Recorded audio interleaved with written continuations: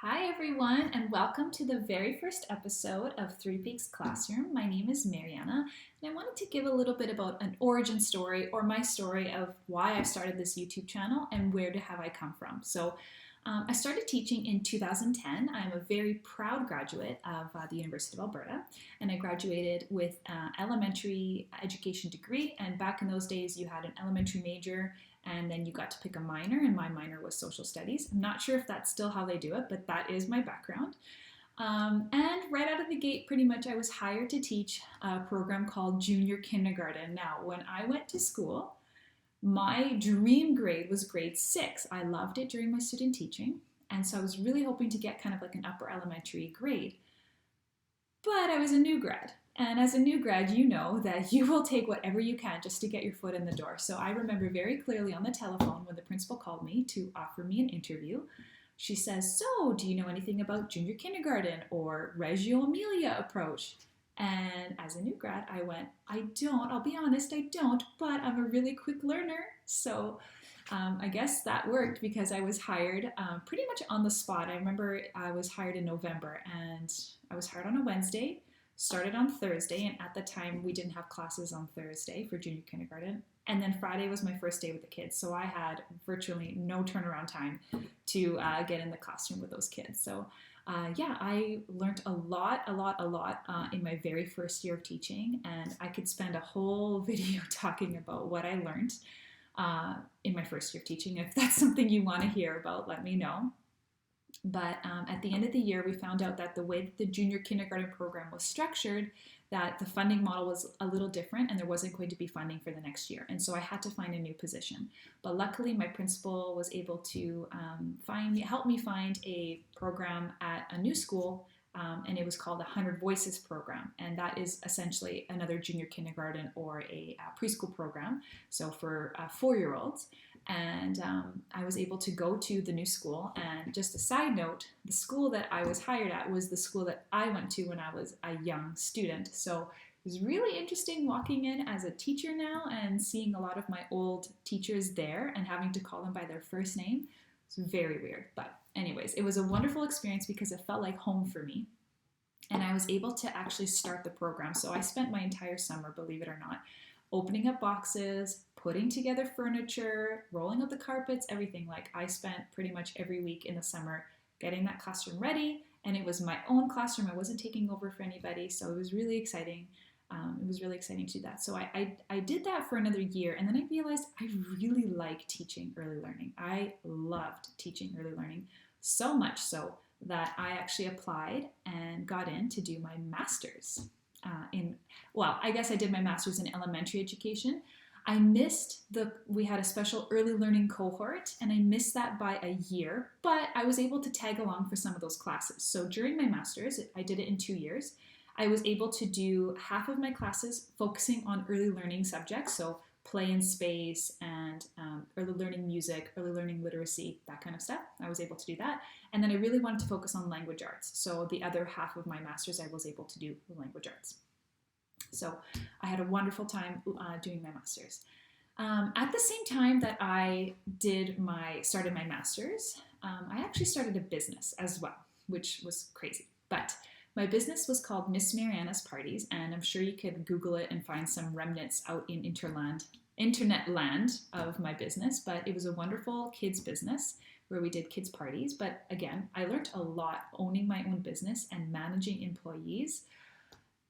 So again, if you want to hear more about that, let me know in the comments and I can do a whole video on what I learned being a business owner. But yeah, I did that for a while.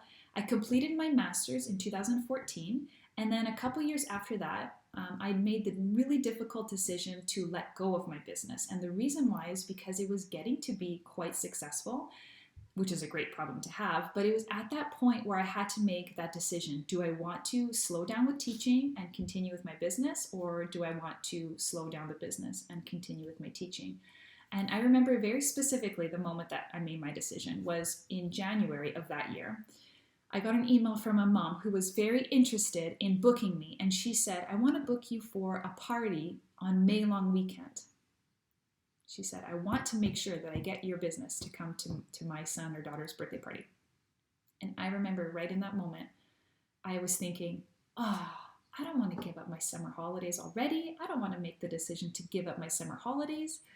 So I knew right in that moment my heart was not in it anymore, and I should not be running a business when I'm literally getting people emailing me saying I want to book you, and me thinking, no, that's not for me. So, anyways, I made the decision to let go of my business, which I don't regret at all because I was able to then focus on more teaching. And about a year after that, actually, I decided to switch grades and I decided to move schools. And the reasons for that is because I felt like I had accomplished what I needed to accomplish in early learning. I felt like I got everything out of it. I think I spent about 6 years total in early learning. And I wanted to try a new grade because I didn't want to get stale in early learning. I wanted to keep learning new stuff and keep challenging myself. So I moved to grade 3, but I also decided to move to a new school. And that was a hard decision for me to make because I loved being at the school that I was at. But I'm really happy that I moved to a new school because I got to meet some wonderful new colleagues and I got to work for a wonderful principal. So I'm really happy that I made that decision. So I've been teaching grade 3 since then.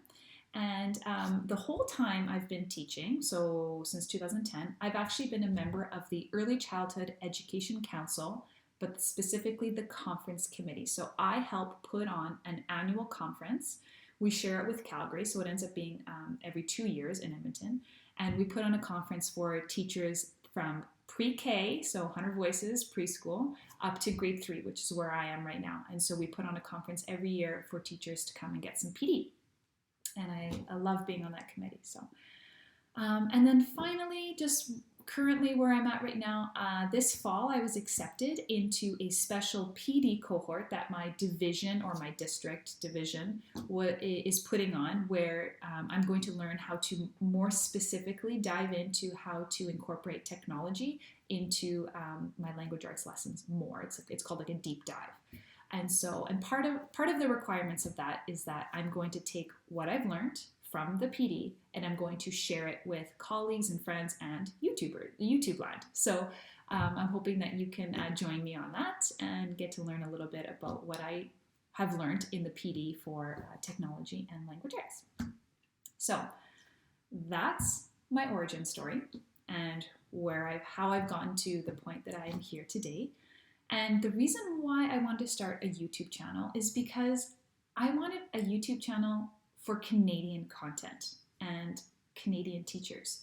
There are so many awesome American YouTubers, like shout out to Pocketful of Primary. I love you and I watch you religiously pretty much. But I just find that sometimes the content that I watch on YouTube is not as relatable to me as a Canadian teacher. And I mean, yes, teachers, teaching, it's universal. There's teachers all over the world. But just sometimes there's some specific things that I wish there was a Canadian perspective on it.